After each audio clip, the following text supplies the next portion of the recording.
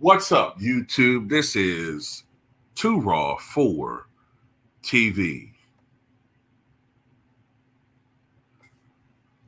All right, so according to reports,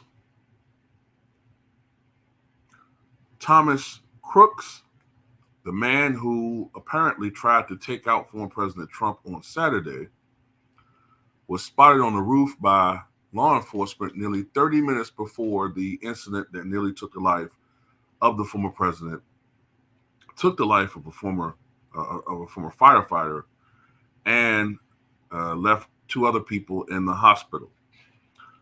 The incident, of course, on Saturday in Butler, Pennsylvania, injured the former president. He apparently lost the top or portion of the top cartilage on I guess it'll be the right side of former president's ear. But the fuselage of projectiles that Crooks uh,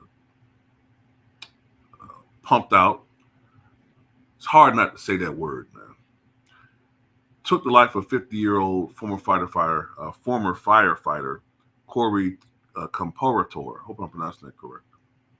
And it left 57-year-old David Dutch and 74-year-old James Copenhaver in the hospital. One good thing is that both men who were listed as being in critical condition on Saturday have now been upgraded to stable. So that is great news.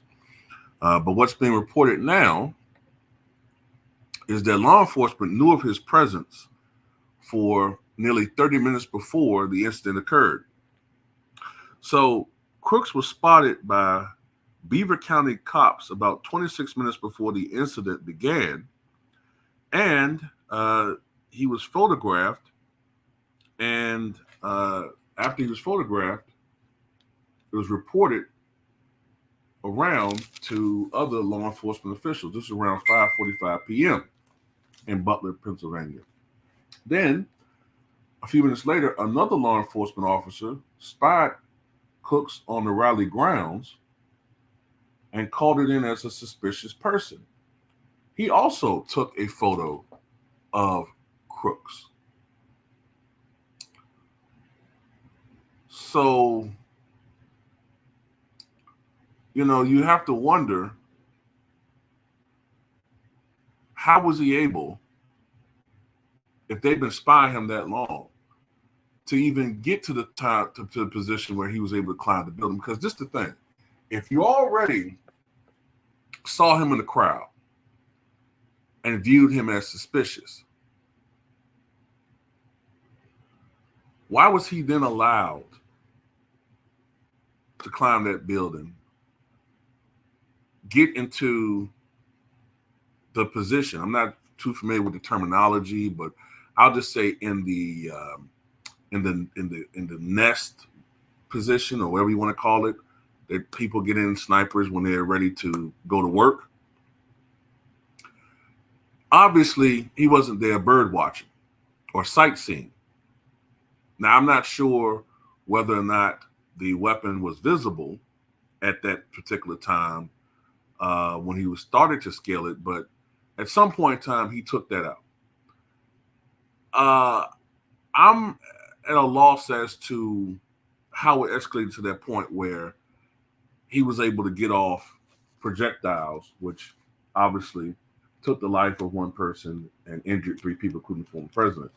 And then, minutes before the incident began, bystanders, and now this has been reported since Saturday, bystanders were, I don't want to say screaming, but they were very, very adamant, alerting law enforcement to his presence, repeatedly saying he's on the rooftop. He's on the rooftop.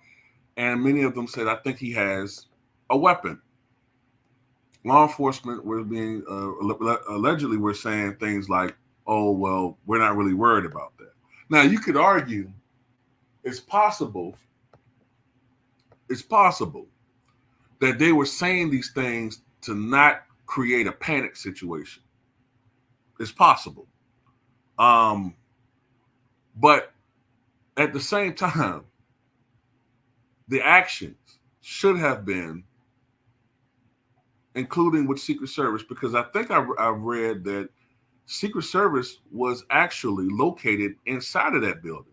So that, if that's the case, then I don't want to go too far into this, but there's a lot of things being said by certain individuals who are in position of authority right now that are entrusted with protecting the president or former president that aren't making a lot of sense. You know what I'm saying? A lot of things aren't making a lot of sense with this situation. I'm just going to keep it at that. A lot of things aren't making a lot of sense. Um, you know,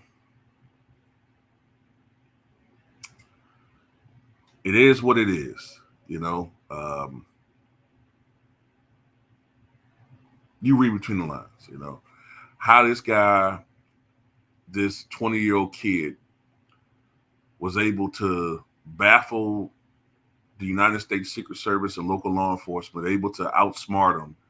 I guess all of a sudden he turned into a Bond victim, a James Bond villain, and was able to outsmart law enforcement. And I have no idea how this even came to the position that it got to.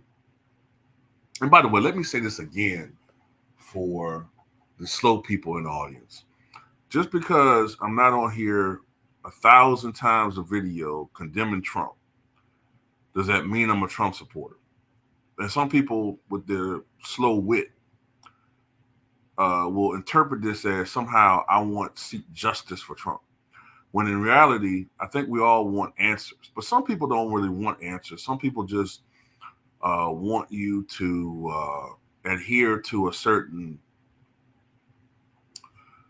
code at all times. And that code is only criticize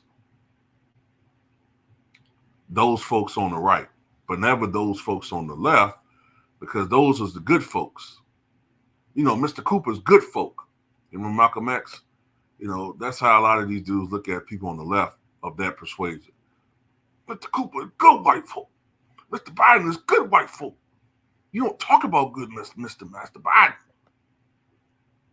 He's good white folk. You know, that's all I got to say about that. You know, just a lot of things ain't making sense.